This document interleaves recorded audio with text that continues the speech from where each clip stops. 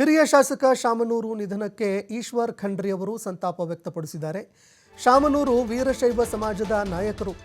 ಆದರೆ ಹಿಂದೆ ವಸತಿ ಸಚಿವರಾಗಿದ್ದ ವೇಳೆ ಭಾರೀ ಕೊಡುಗೆಗಳನ್ನು ಕೊಟ್ಟಿದ್ದರು. ಅಪಾರ ಪ್ರಮಾಣದಲ್ಲಿ ಕೊಡುಗೆ ಕೊಟ್ಟರು.